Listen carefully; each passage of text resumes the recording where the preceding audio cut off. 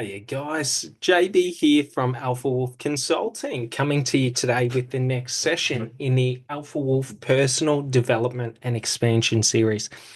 And this session is going to be all about understanding this idea of transmuting negative emotions into positive emotions. And it's a simple process of exploration through your emotions and the choice to sit in the emotion and find what you are looking for. Do you sort of get it? Should I want love in the negative emotion? I sit with it until I feel love or I find love within myself, within that emotion. So, like, it's a process of identifying what do I want to feel in life? What do I want to sort of experience as in my emotions? And sort of whenever a negative emotion or something that I don't want to experience comes up, I sit in it and I observe it and I understand it until I see what I want to see or what I need to see in it. For example, in heartbreak, I sit in heartbreak until I see the capacity for my heart, for my love. Do you sort of get it? So we understand it as when I am sitting in it, it doesn't mean I am sort of like when I sit in it, I am sitting in it unbiasedly. This is not happening to me. This is happening. Now let me observe it. Do you sort of get it? So it's in an objective state where I am observing and being objective about it.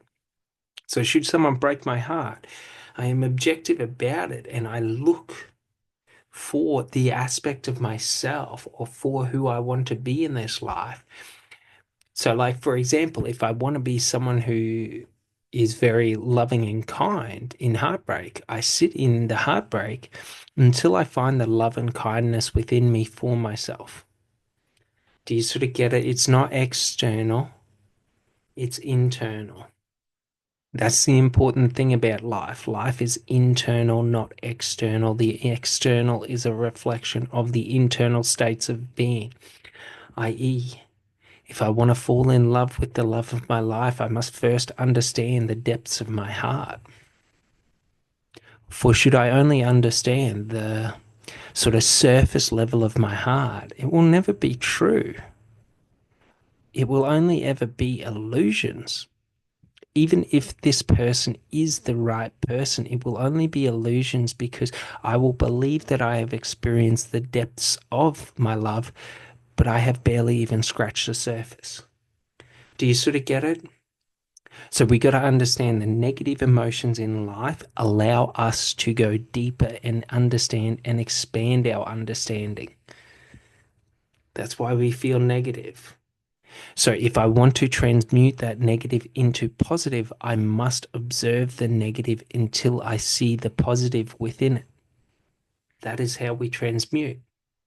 I do not transmute by stuffing it down and repressing it. That is how I create negative emotional behavioral manifestations, i.e., unconscious behaviors that are self destructive, lowering my self worth because someone else didn't see my value. Do you sort of get it? Self destructive?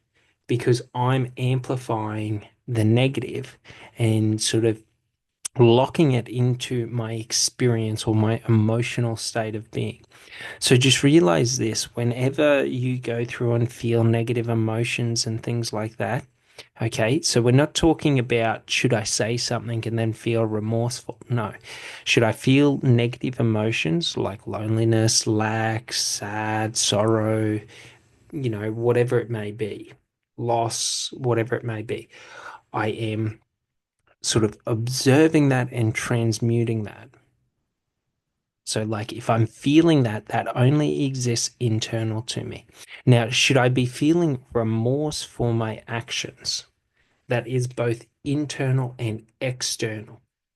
So we understand there is an internal component, me identifying the actions that I do not like and I do not want to repeat, and the external of me clearing the energy of my past actions from the environment, i.e., asking for forgiveness, giving forgiveness. Do you sort of get it? So when I feel remorseful, there's an element of external. When I feel lack, when I feel lonely, when I feel non-valued or not valued or whatever it may be, like that's internal, not external. So when it's internal only, the external component is only found through how I show up in future situations. When it is remorse and regret, I have to atone for my past actions.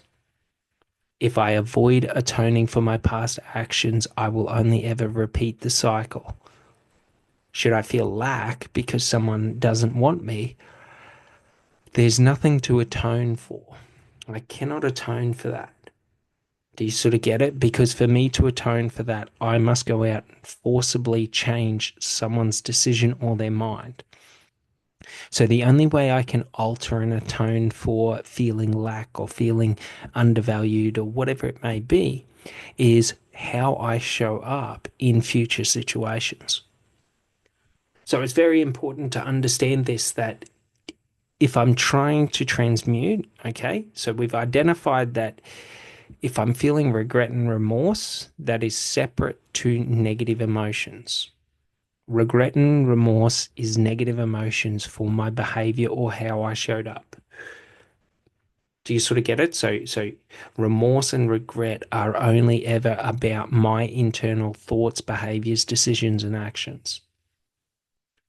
Whereas lack and loneliness and, heartbreak and all these other negative emotions, well, they're only created and perceived through the internal. Do you sort of understand it? So I could feel remorseful for the way in which I communicated my love or something to someone else, but I can't feel remorseful for having that love because that love exists within me. It doesn't exist within the connection to the other person. It exists within me separate from the other person. It is an expression of my internal state of being or my emotional state of being. So we start to see the separation. Do you sort of get it? That what we're talking about transmuting negative emotions, is the emotions that are internal to me, not external to me. So, should you be feeling negative emotions, I cannot transmute them for you. Do you sort of get it? Because it's not an external thing. So, even if I was to transmute it for you, then it wouldn't. So, like, for example, take heartbreak, take a relationship, something happened and it went negative. If, like, for example, I cannot change that for you. Only you can change that for you if it went positive or if it went negative. Do you sort of get it? Because should I try and change that for you, and let's say it went negative and someone chose someone else over me, it's sort of like, even if I try to change your perception of me, it's it's through force. So if you don't make the decision on your own, you're always being sort of um like incentivized to do it, or sort of like pushed or forced. So it's like, take it like this. I can't take your hand and drag you through your self-development journey because you don't get any of the benefits of it. The only way you get the benefits of your journey is to walk your journey of free will and volition. Do you sort of get it? The only way to transmute your negative emotions into positive emotions is by your willingness to do it. Should someone else do it for you? Should I say the sweetest thing to you and, make all your dreams come true? I haven't changed anything. Do you sort of get it? Like, those negative emotions still live in with you, inside of you. You're just sort of masking over them. Do you sort of get it? So there's not much we can do because it's a repetitive cycle. So the only way to break the cycle is to observe it because the cycle is based out of the unknown. Do you sort of get it? When I don't look or know what my red flags are, I always walk straight past them. I don't see it. So the only way for me to start understanding and seeing red flags within me is to become observant and to bring those red flags from the unknown into the known. Do you sort of get it? So when we think about this in terms of transmuting negative emotions, I don't stop the negative emotions happening, but I do control how I define them and how I sort of categorize them within myself. Do I see heartbreak as being negative or do I see heartbreak as being positive? Do I see heartbreak as being something where I've lost a part of myself or do I see heartbreak as being something where I have found or grown into my true self? Do you sort of get it? So it's very important to understand this aspect of life because essentially this is what we have to do to alter and change our life. For example, if I'm always going through a repetitive cycle of sort of running through the same experience or the same situation again and again and again and again, that doesn't break unless I understand what it is about that situation that I don't like and what it is about that situation I like. And then I'm able to move forward with the understanding of what I don't like in a situation and what I like in a situation. Now I'm able to create red flags for what I don't like, and I'm able to create green flags for what I like. I.e., for me personally, in relationships, I don't fucking like competition. That is the biggest red flag for me. I don't fucking compete. A green flag for me is honest, authentic communication when people are truthful. Do you sort of get it? So it becomes easy to navigate through because should someone be truthful and authentic with me, then that's a green light to keep moving forward. Should someone try and put me into competition, that's a red light for me to just walk away. Do you sort of get it? Like we ain't going down that road. We've been down that road too many times. That cycle is too fucking repetitive. It does not fucking change. For example, in a love connection, should you want to have fucking competition, it's very important to understand this, but like if you want to have competition, it's because you don't value that person. You don't think that that person is the right person for you. Do you sort of get it? So like if I'm doing a sort of a base level commitment where, I enjoy you, you enjoy me, no stress. Cool. Competition's fine in that. But when we're talking about love, should I be competing for your heart with another person? That means that your heart does not want me. Do you sort of get it? Very important to get this because, like, many motherfuckers use competition as a fucking tool of control. That's why they use it.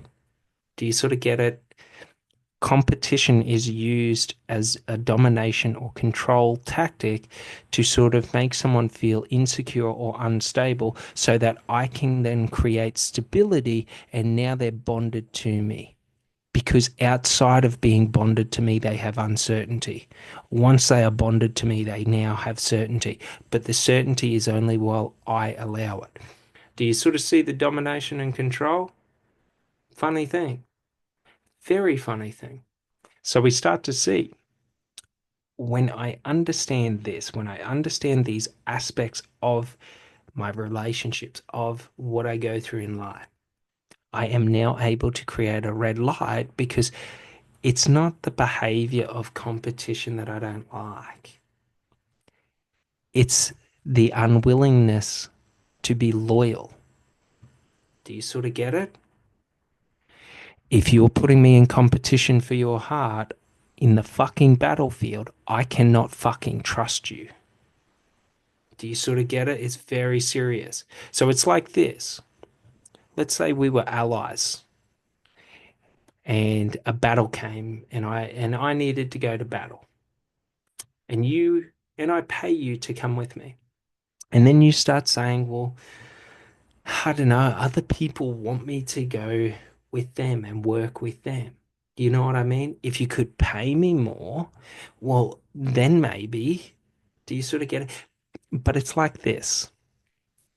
If the fucking battle goes against us and we have to fucking fight for our life to get out of danger, to get out of the chaos, I can't trust that you are willing to do whatever it takes to get out of there because you're only here for the money.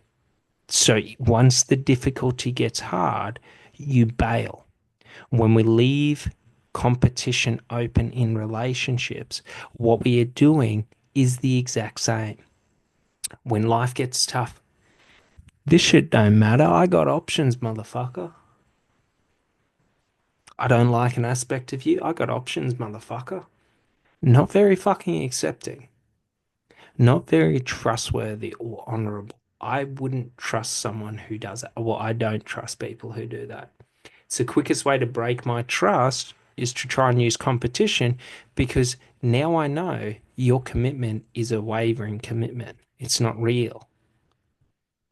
Because as soon as fucking tough times get tough, you're gonna fucking bounce. But the other thing is in those relationships where there is competition involved, for me to try and compete for someone's love and affection lowers the value I see in myself because now I have to compete for everyone's love and affection because I'm not worth love and affection without competition. You ever experienced this in your life? You ever experienced this in your day to day, your relationships, your social interactions? It's a funny thing because if I'm an egotistical fucker, yeah, competition's cool because I like the ego boost when I win. If I'm not an egotistical fucker, what the fuck are we competing for? Do you sort of get it? There's no point to competing. It's sort of like this. Let's say I run a business and I want you to be my client, and you start trying to make me compete with other fucking companies. Good for fucking you. Go fucking be with them. Do you sort of get it? Like my value in business, in my career, in my business is not fucking debatable. Do you sort of get it? Like I don't negotiate on price. I don't negotiate on my worth. So should you want to try and use competition in business with me, don't stress. I'll help you get a fucking better deal because that cunt's gonna fuck you. Do you sort of get it? Very important to get this because those who entertain competition in life, do you know what I mean? And compete. Like, and there's nothing wrong with competition, okay? Like in a fight, I'm gonna be highly competitive to fuck your shit up. Do you sort of get it? Like, but competition is based in conflict. Do you sort of get it? So when I try and make someone compete for my love and affection in life, especially in a romantic relationship, I am creating conflict. It's disharmony. Do you sort of get it? Like that's the problem. So when we understand the energetic flows of life, of relationships, of interactions, let's take the business example and I want you to be my client. Like I want to help you. That's the energetic flow. And then you try and make me compete with other people to win your business. You're interrupting the energetic flow because I wanted to help you. And now you're trying to make me validate who I am before you'll accept my help. Like it doesn't really incentivize me to want to help you anymore. Do you sort of get it? Like, it's very important to understand this because that's what people don't fucking understand. These egotistical fuckers that sit in competition is that, yeah, you can act like you can devalue me, but I'm not going to go and fight and die for you. Do you sort of get it? Like, I'm not going to invest hundreds of hours a week into your business. Do you sort of get it? Like, I'm not going to do that. Do you sort of get it? Like, it's very important to understand this because people just don't fucking get it. And it creates conflict within their life and their life's experience. Because, motherfucker, should you make me compete for you? Do you not think I'm going to make you fucking compete for me? And what happens if I find someone better or who is better at competing or who is more willing to compete? Do you sort of get it? The whole relationship is based on competition, meaning the loyalty can never be there. The trust will never be there because I'm always going to have in the back of my mind, you're looking for other, I'm looking for other. Do you start to understand? So the more we understand this, the more we are able to fucking avoid toxic relationships because if you create a relationship based on conflict, where the fuck do you think it's going? Like, do you think it's going to harmony? Do you think we reach harmony through chaos or conflict? It doesn't work like that. I don't go to war with you and kill your army and then go, well, we could be friends. We could be allies. I've decimated your army. You're at my whim. You're at my will. You're my subservient. Do you sort of get it? So it's very important to understand this that, like, especially in relationships, trust and loyalty is not found through conflict. I do not defeat an enemy to make them my ally. I empower an enemy to make them my ally. Do you sort of get it? Very important to get. Because the more we start to understand this, the more we will start to understand the developmental stages of relationships and the psychological construct of how relationships based in fear, okay, create uncertainty, and relationships that are based outside of fear, external to fear. What's external to fear? Unconditional love. Do you sort of get it? We can have a relationship that is based within conflict, or we can have a relationship that is based within unconditional love. Unconditional love means like it's the highest bond of loyalty and trust within life.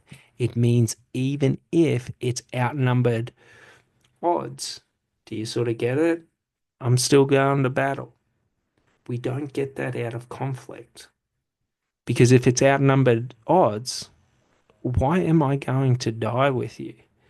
This is your fight. Do you sort of get it? So we start to see that it is in how we create and curate our interactions and relationships and conversations and relationships with ourselves. So just understand this. If you sort of in relationships create competition, you do that internally to yourself as well. Do you sort of get it? That's how you treat yourself. Like you have to compete for your own love and affection. So that's an important thing that when I start to understand and see this, now I start to see how I interact and treat other people is how I interact and treat myself subconsciously. Because how we interact and treat people is a subconscious behavior. Do you know what I mean? We can try and do it, but it's like this. Let's say you dislike someone and you hate them to the fucking core. Let's talk about fucking Hitler. Because we can all hate Hitler to the fucking core. I want absolutely nothing to fucking do with you. Do you sort of get it? Like, that's the thing. Hatred or like our ideas of negative, okay, non-unconditional love end that way. So it's like this, okay? If in life people want to be negative towards me or want to be negative in life, okay? If I choose to entertain their perception of negativity, I create the reality within my own experience of life of what they were projecting. Do you sort of get it? So if people try and make me feel less than, and I agree with them, I now make myself feel less than. So it's very important because the more I understand this, the more I see the path to transmuting negative to positive. It's in the understanding that everything is internal. Do you sort of get it? So when I'm transmuting negative emotions into positive emotions, I am not doing this to try and alter and change and shape reality in terms of dominating and controlling the external environment. I am doing it in the context of expanding my own internal understanding of who I am and what I am, what I want. This is the path through. Because the only way to reach, especially in love and things like that, my ideal or dream relationship, the path is only from me being in toxic negative relationships and realizing the aspects I don't like and then choosing to create them in the future. Or not the negative ones, but choosing to create the positive aspects in the future and avoid the negative, well, not avoid, but transmute the negative aspects. And there are many different ways that we can do this. Okay, so when we're talking about the individual, there is a very specific way we can do this. When we are talking about external to others, there are very important ways we can do this. So when we're talking about understanding how to transmute negative emotions from other people, the only way we can do this is by demonstrating what positive emotions look like internally. I.e., if I fucking walk away from you and I walk away in self love, I will teach you how to love yourself. If I sit there and I try and compete for your attention, I am only ever going to do you a disservice. Do you sort of get it? So it's like if you have a negative mindset and you're feeling blue and sad and pissed off and this, that, and the other, and I come in and I not gaslight you, but I exemplify what you're feeling.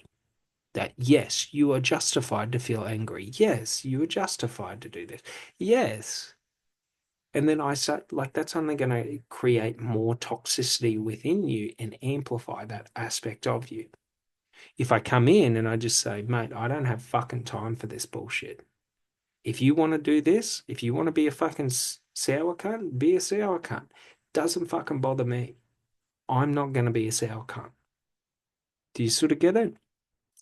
Now I'm demonstrating to you there's another fucking path. If I sit there and coddle you, there's only ever one path to you. So that's how we transmute negative emotions from external parties is by demonstrating alternate paths. Should you yell at me? If I yell back, we are on one path. Should you yell at me and I talk to you calmly? There are two paths we are walking. Which one do you want to be on? Do you enjoy the anger or do you enjoy the peace and serenity? Do you sort of get the calm? Very important to understand this because this is how we influence people by showing them better ways, not telling them this is the way you have to do it. Do you sort of get it? Very important. Now, with the internal, okay, so when we're talking about transmuting negative internal emotions, it is only found through altering and shaping our perception. of those experiences, of those emotions, and of sort of the circumstances that lead up to it. Do you sort of get it? So it's like, say someone chooses you in romance, they choose someone else over you. That's not a negative state. That's not a negative place because what they seek in life is just not you. There is nothing wrong with that. Do you sort of get it? Because what I seek in life truly for me will always ever be for me. Do you sort of get it? So, should someone show that they want to go a different path, that is okay because it is not for me. Do you sort of get it? Like, because should I chase them along that path, I am now off the path I walk. Very important. Have you ever noticed this when we try to get into relationships and date and things like that? The chaos and how it interrupts and affects our energetic state within career, within work, within study, because we cannot focus on what we want because we're not on the path.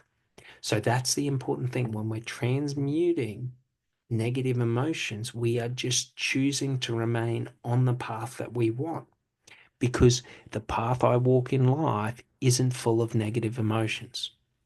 Because why the fuck would I be walking it if it's full of negative? Like, do I want to feel negative emotions all my life? Like, do you sort of get it? So the path I walk in life ideally is going to be the path of positive emotions. So the only way that I can transmute negative events or circumstances or situations that happen to me is by remaining on the path. Do you sort of get it? Because if I veer off the path, I am now external, or no, not external, but I am now outside of the state of being that I want to be in. Do you sort of get it? So even if I was able to convince that person that I am the right choice, what happens is I am no longer where I want to be in life, the path I'm on. I am now on a separate path. Very important thing to understand because this is what creates additional negative emotional states. This is what creates chaos and toxic relationships. When I veer too far off my path, I start resenting you for not letting me walk my path. So we just understand when people try to, or when paths in relationships diverge and they go different ways and people want to be different people, you got to let them because it's only through letting them that they can choose their own path. You cannot alter and change another person's path. Only they can. Because should you force them to alter and change their path, you create a dependency on you because they are no longer walking their path. So it's a very important thing that, especially when we're talking about love relationships and things like that, like it's got to be a conscious decision and choice and agreement from both parties unconditionally because we both have to agree that we're walking the same path to create harmony. Do you sort of get it? Should you drag me off my path into your path, we create disharmony because now there is conflict. You are allowed to be you, I am not allowed to be me. Should I drag you off your path onto my path, you are not allowed to be you. Only I am allowed to be me. Do you sort of get it? So we start to see that, like, especially if you wanted to visualize a relationship like this, a relationship is not both of us walking the same path. Both of us are walking our paths, and it just so happens our paths are side by side. Do you sort of get it? My path goes where my path goes. Your path goes where your path goes. They are just side by side. Do you sort of get it? They're not the same. It's not the same journey, not the same experience, because we all seek different things in life and we all sort of have different perceptions of reality and existence and life.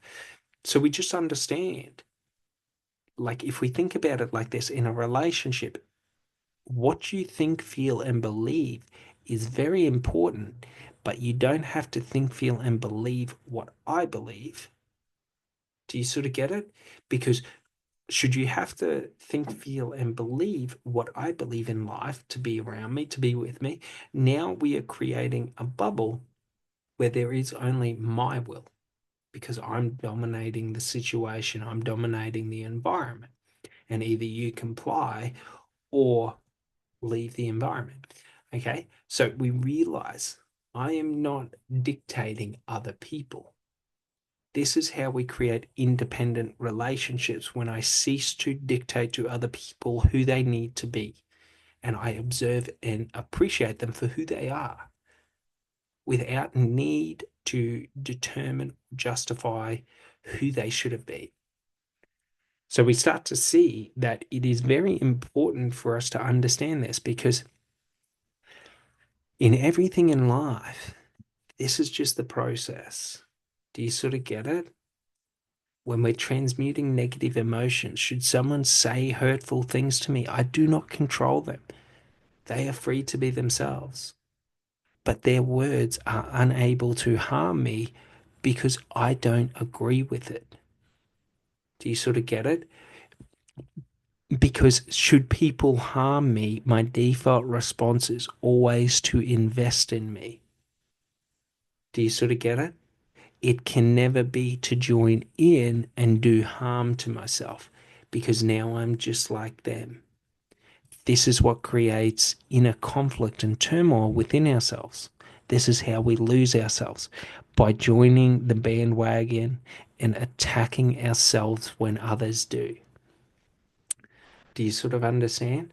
So, the more we start to see this and realize this, the more we will understand and realize in all negative situations, I have to invest into me and back me over other people because for me to invest in or back other people over myself, I am only creating negative emotional conflict within myself to where I don't feel like who I am is good enough.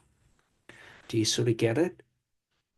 So we start to understand, should I want to transmute negative emotions in all situations, I have to remember I am good enough. I have to remember, I am worthy. I am this. I am that. I have to invest into myself, even at the detriment of what I perceive to be as true love. Do you sort of get it? What I perceive to be as ideal. So, should I have this idea that I want to work in a very specific company, let's say Nike? I always wanted to work in Nike, and I get a job up in Nike, and their culture is terrible and they're dismissive, they're argumentative, like they're in conflict with one another. They're toxic, egotistical. Like it's not a good idea to sit in that environment, even if I thought it was what I wanted. Do you sort of get it? Because should I sit in it, it's only going to detract from me. So it's like this in love. Should I feel like a person is the love of my life and all of these good characteristics, and then I start to get to know them, and then I start to see all the negative characteristics that I don't like and things like that, and the negative behaviors and the toxic patterns. I cannot stay in that because I cannot change that situation. Only they can change that situation. Should I sit in that situation, I am only going to be lowered into the exact same behavior. Trust me, I've been there. Do you sort of get it? No matter how good you can be and how good you may think you are and how strong you may think you are, it will wear on you to the point where, for me, I thought about harming a woman. Do you sort of get it? Big red flag. We don't do that. Do you sort of get it? So we don't, like, I had to leave that situation before I became who I didn't want to be in life. Do you sort of get it? Because of other people's negative behaviors towards me. So it's very important. Like, should I have this egotistical approach that I am strong enough to be in there? I'm only going to mask the negative things, the toxic behavioral patterns and traits, i.e., most people that want to leave their options open do it because they're afraid of rejection. Do you sort of get it? So, like, the reason for this is that should I have options, you cannot reject me because now I have something else to go to. Like, it's learned toxic behavior that hasn't been altered and changed. Because imagine this. If I came to work for you and I said, yeah, yeah, yeah, I'm down to work for you. Just know there's four other companies that, like, if this doesn't work out, I'm going to them. Do you know what I mean? Like, I don't really care. I got options. Like, I'll come work with you. How fucking long do you think I'm going to be working with you for? Do you get the sensation or the feeling that I'm going to be there for the long haul? Or do you think if one of those other companies offered me a better offer, do you think I'm going to reject it? When I leave my options open, I open the gate to that as being a possibility. Infidelity is only found in the unwillingness to close emotional bonds with others. I.e., if you're in a relationship and then you're still having, like, it's not to say emotions, but like sexual emotions.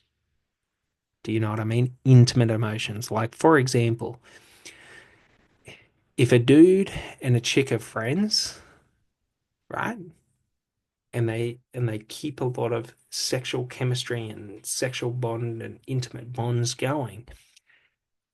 Should the girl try and date another person? Should the guy try and date another person? It only will ever create conflict because that is open.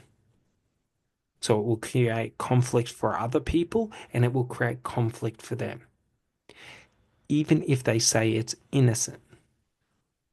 Do you sort of get it? Very important to understand because it's this idea that should I want to get rid of infidelity from my existence, I have to start practicing like commitment, commitment to myself, commitment to who I want to be, commitment to what I want in life. If I leave the door open, I am leaving a door of doubt open.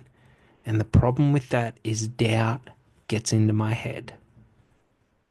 Do you sort of get it? So we understand in life when I want what is ideal to me, when I want to transmute all of these negative emotions and memory, not memories, but negative emotions into positive emotions in these situations. The only way I can do it is by identifying exactly who I am, exactly what I want, and sort of like how I want to get it, and then embodying that.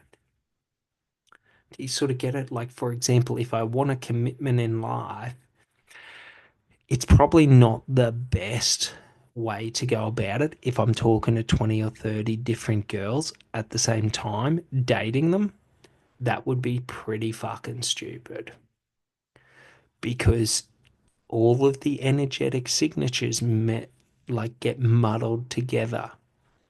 So it's sort of like the energetic state that is me, the emotional state, my emotional state will be tainted with others' energy or others' chaotic energy. Do you sort of get it? Makes it very, very difficult to make clear and concise decisions. What creates indecision in life is abundance of decisions. What creates sort of like decisiveness in life is just commitment to one decision. It may go well, it may go bad. Imagine this, we're going into business together. And you want to do a business, and let's say you want to do a food truck. And I say, I really want to do a food truck as well. But I also want to do a website. I want to do this. I want to do that. I want to do consulting. I want to do speaking. I want to do this and that. And I say, I'm gonna keep those options open and work on those, but I am committed to working with you to create this food truck. Do you sort of get it? How am I ever going to be effective at it? Because my mind is always somewhere else. In relationships, when I leave my options open, my mind is always somewhere else. So it's very important to understand this because it's the indecision that creates the perception of negative. Because the indecision creates inner conflict and turmoil, it creates chaos. Do you sort of get it? So when I want to create or transmute negative emotions into positive emotions, I have to remove the chaos from the environment or from the internal environment by concisely and cohesively identifying and sort of limiting what I don't want in life. Do you sort of get it? Very important to understand this because, like, when we get into working through the negative emotions, okay, what we have to do is we have to sit in them and redefine and re-identify them as the positive. But when I am the one fueling the chaos within my mind and life, that is only ever going to be like it's only ever going to create conflict in it. Do you know what I mean? Like, so if I want inner peace, I have to create inner calm. I have to create inner calm because inner calm creates safety. I cannot be indecisive and chaotic and try and work through my emotions. So I have to have a vision of what I want. So it's important because um it works with everything in life, but like it really works on this idea that for me to work through the negative emotions, I have to understand what is the positive emotion that I want. And the positive emotion I want is my meaning to life, my emotional meaning to life. So it might be family, it might be love, it might be joy, it might be peace, it might be happiness, it might be blissfulness, it might be contentment. Like, let's take contentment because that's a good one to sort of get it. But if I want to be content with who I am, work like when I work through the negative emotions, okay, the chaos. Like I want contentment in who I am. So now I know working through the negative emotions, when I am observing the situation, when I'm observing the emotions, what I'm doing is I'm observing it and I'm looking for the contentment. I am creating the contentment within myself while experiencing it. And I am assigning the experience to the emotional state of contentment, of just being at peace. Do you sort of get it? If I wanted love as my meaning or as what I'm looking for in life, then what happens is in the negative emotion, when I'm sitting in it, I'm looking for the love. And that's what I'm trying to create and associate the negative emotional state to now the positive emotional state of love or sensation of love. So it's very important to understand this, but what we have to understand is this is not an easy process. Well, it is an easy process, but the first time is going to be fucked, pretty much. My first time of doing this led me to pretty much fucking crying my eyes out for 2 hours. Do you sort of get it? Like it's a very deep and intimate fucking thing. So we understand, like, if we're walking through the fucking storm, it's gonna fucking rain. There's gonna be fucking wind. I'm gonna be fucking wet. I'm gonna be fucking uncomfortable. Is that going to stop me moving forward? Do you sort of get it? Am I going to be bitching about it every fucking step of the way? Or am I going to accept when I see the fucking storm in front of me, I'm getting wet? And that's okay. Now I'm able to move through it. Now I'm able to appreciate, hey, at least it's nice and cool. At least I'm getting a shower. Do you know what I mean? If I'm uncomfortable, at least I'm getting the experience of pushing through discomfort. Do you know what I mean? So I'm redefining and reassociating the meaning of the negative event or the negative emotions that I'm feeling of why does this happen to me? Why is this? Why is that? And now I'm altering it to how beautiful is it to walk through the rain? How amazing is it to see the trees and the grass and the plants loving the rain? Do you sort of get it? I'm transmuting it because instead of focusing on why does this happen to me and all the negative, now I am associating the experience of walking through the storm with the positives all around me. Do you sort of get it? So it's the exact same when we talk about like working through like negative emotions and like this can be as fucking light of an emotion that someone said something that, it made me feel less than. And this can be as heavy as fucking the heaviest emotional trauma that you can imagine. Do you sort of get it? It's all the fucking same. It's only you and fucking me that tries to say that there is separation and difference between light pain and heavy pain. Don't get me wrong, in a physical sensation, I don't think there's a fucking difference. Heavy pain fucking sucks. It causes you to convulse. It causes you to become immobile. Your body stops working. Do you sort of get it? Are you still gonna fucking push through, bud? Do you sort of get it? Like it's just pain. If you work through it, if you experience it, if you get through it, the next time you experience it, she ain't fucking nothing. Do you sort of get it? So, like, we understand, even if I'm going through and working through the most like the worst emotional trauma, the worst manipulation, the worst betrayal, the worst abuse. Like an important thing to remember is you're fucking on the other side of it. You're here. Like if you're still in that environment, get the fuck out of it. Do you know what I mean? If I see something as being traumatic, if I see something as being like, to give you an example, I think being stabbed is quite traumatic in terms of physical trauma. Am I going to sit there and fucking stab my leg? Do you know what I mean? Like, why would I sit there with a knife and jam it into my leg and fucking stab away and go, ooh, I fucking love this? Do you sort of get it? So, like, if you are someone who is in a negative relationship, abuse, whatever it may be, like, you've got to realize you have to get yourself out of that situation. And it's only once you're out of that situation you can work through it. Because me trying to work through the emotional pain and then I keep stabbing myself in the leg, all I'm doing is reopening the wound. Me trying to work through my emotional trauma while being in an abusive or traumatic situation is only recreating or reopening those wounds or creating new wounds while I go through it. So if I identify an aspect or environment in life to be wounding, so what I mean by wounding is, say we're in a relationship and the person consciously always makes a decision to fucking choose the lower path and try and hurt you. Say, stupid shit, do stupid things, try to belittle you, try to make you feel less than, lower.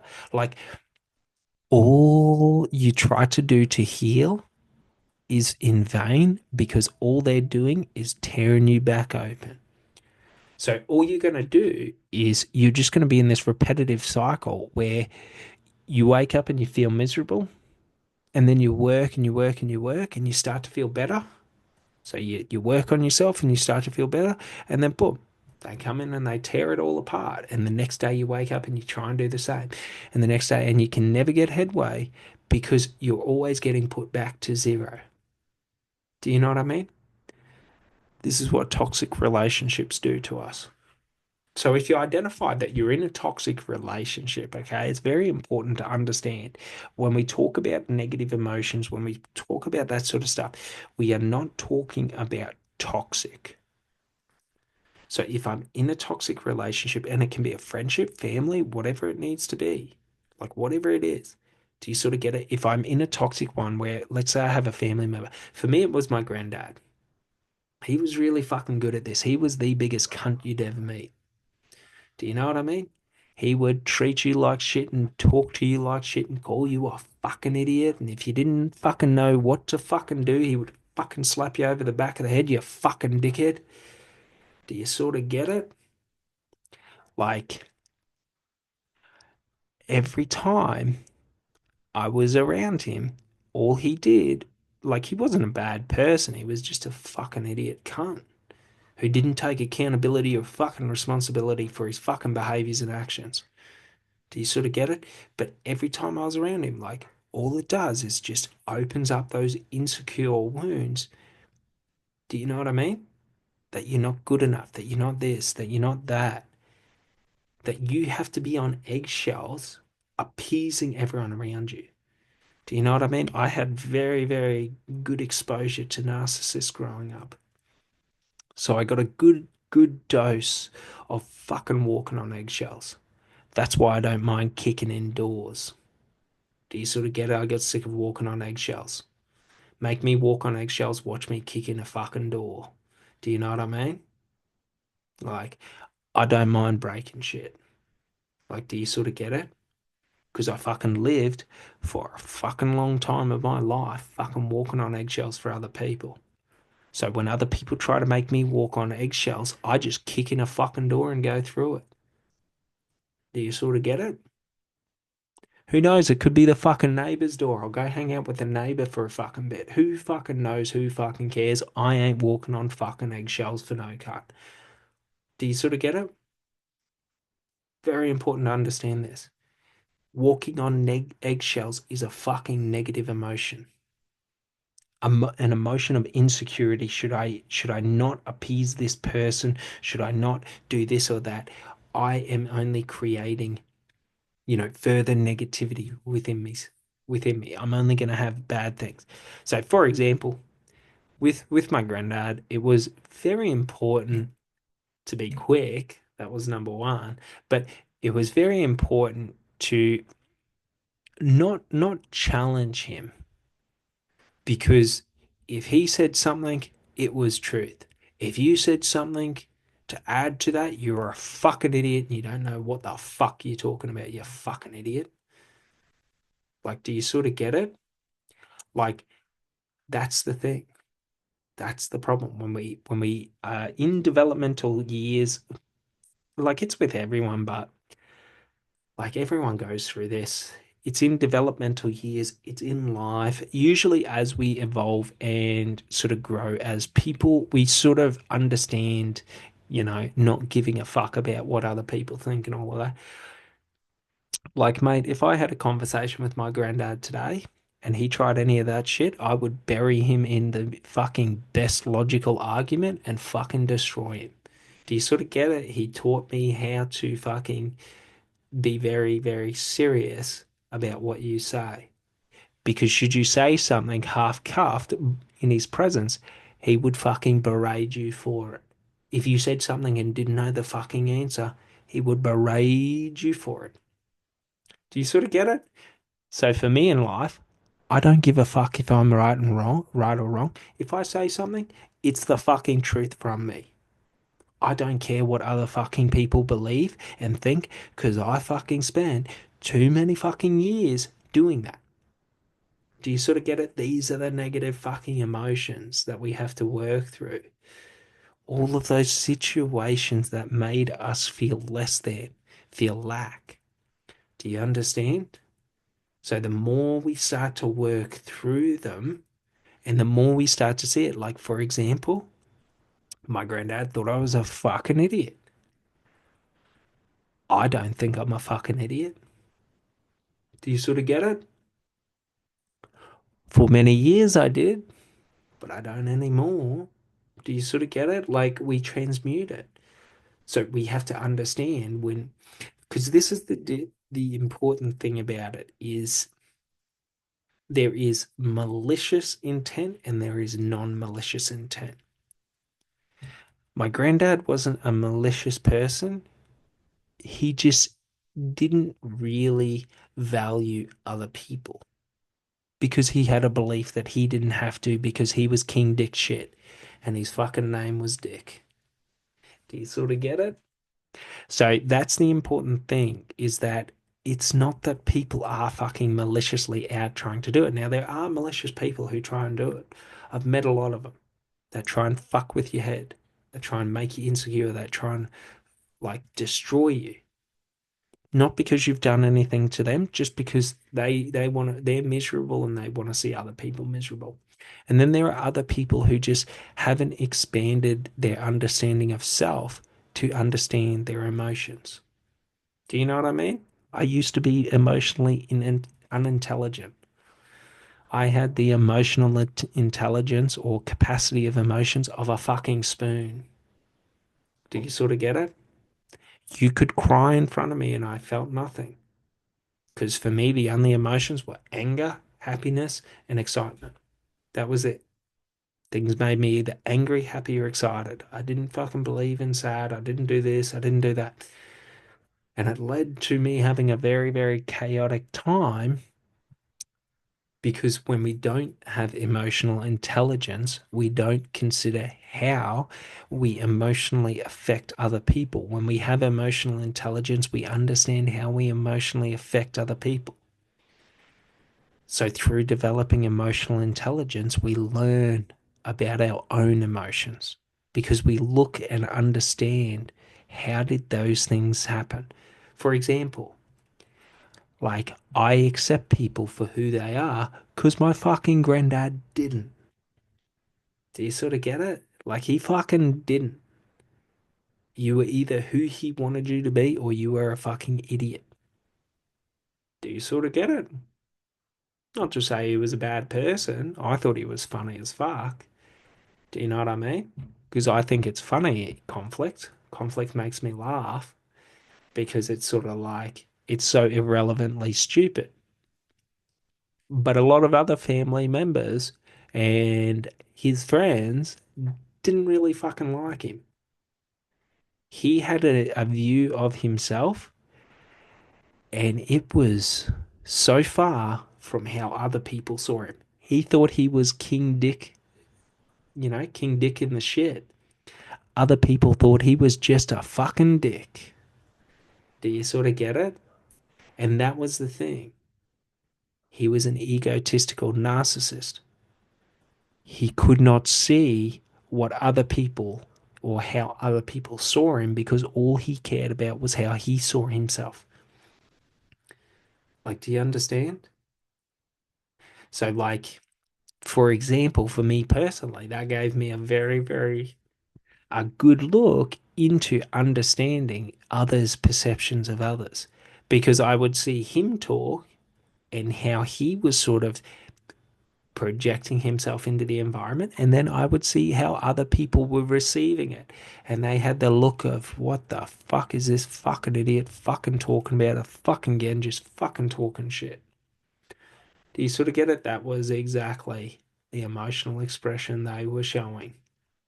And he didn't care. So we just understand people aren't fucking malicious. They can be, but they're normally they're not. And if we sit in toxic situations, we can become malicious. So I had the choice growing up to be a highly egotistical and narcissistic person. And in my earlier days, I was well on my way to becoming that. It was only through my choice to alter and change that. And what made it easy for me to alter and change that is that if I'm egotistical and narcissistic, I am not observant of reality. I don't see reality for what it is. Meaning, if I'm egotistical, I'm going to assume a stance of arrogance and overlook your abilities. In a fight to the death in combat, that's a fucking fatal mistake. That's the thing. For me, the lucky thing was I was always preparing for combat and the military, and that led me to have to be someone who was malleable, someone that saw the situation and reality for what it was, not what I wanted it to be. Because should I see the situation in combat for what I want it to be, not what it is, I'm I'm I'm fucking walking to my death, straight up. So that's the thing. For me, it was very easy because there was very real implications to me becoming narcissistic or egotistical because it would lead to my demise. So we just start to understand when we're moving through these negative emotions, it's going to feel bad. It's going to hurt. It's going to be uncomfortable. It's going to be feel disempowering. And you just got to sit with it until the disempowering feeling becomes empowering, until the uncomfortable feeling becomes comfortable, until the hurt becomes fuel. And not that we're turning the hurt into fuel, we're turning the hurt into motivation. Because whenever people have tried to hurt me, they've never been able to get me. Do you sort of get it? No matter what negative things other people did to me, it never got inside of me because, I have very strong beliefs that I didn't have as a kid. As a kid, it fucking destroyed me. Do you sort of get it? The proverb from the Japanese, the nail that sits highest gets hit by the hammer. I used to believe the one who was individualistic was sort of vulnerable. So I always looked to camouflage myself in the pack. Very disempowering. So it's very important that, like, the only way out is through. If I know what I want in life, if I know what I'm searching for, I see the path to it. So I just got to have trust that if, you know, if I'm going through negative days, if I'm going through negative emotions, the pain's in my head. Do you know what I mean? All of the shit I feel for my grandfather of like how he treated me when I was a kid, like it's all in my head. Do you know what I mean? Like he didn't fucking push me to the ground and like fucking beat the fucking living shit out of me. You know what I mean? He would just fucking bang, whack you on the back of the head. Do you know what I mean? So it was more of, you know, not a negative thing, but do you sort of understand? Like, very important to understand that, like, we're not trying to justify people's behavior, but we're also not trying to amplify them. So we don't want to be giving power to things. So, like for example, should someone make me feel heartbreak because they choose someone else? Like, I don't want to give my power to them to where now I feel disempowered because they've taken a choice that wasn't me. Okay, I have to sort of take that situation and take that energy and invest it where I want it to be. And usually, what I want when I feel disempowered is to become empowered. When I feel hurt, it's to become sort of, I don't know if it's safe or if it's, you know, fucking restored, whatever it is. But it's like, what is it that I am truly seeking in the negative that I experience in life? Do you know what I mean? So, like, if someone chooses someone else in life over me, I'm not focusing in on them of why did they do this, that, and the other. Like, I have to accept it and now say, what was it that I was seeking in that experience, in that interaction? And that's where I focus my energy.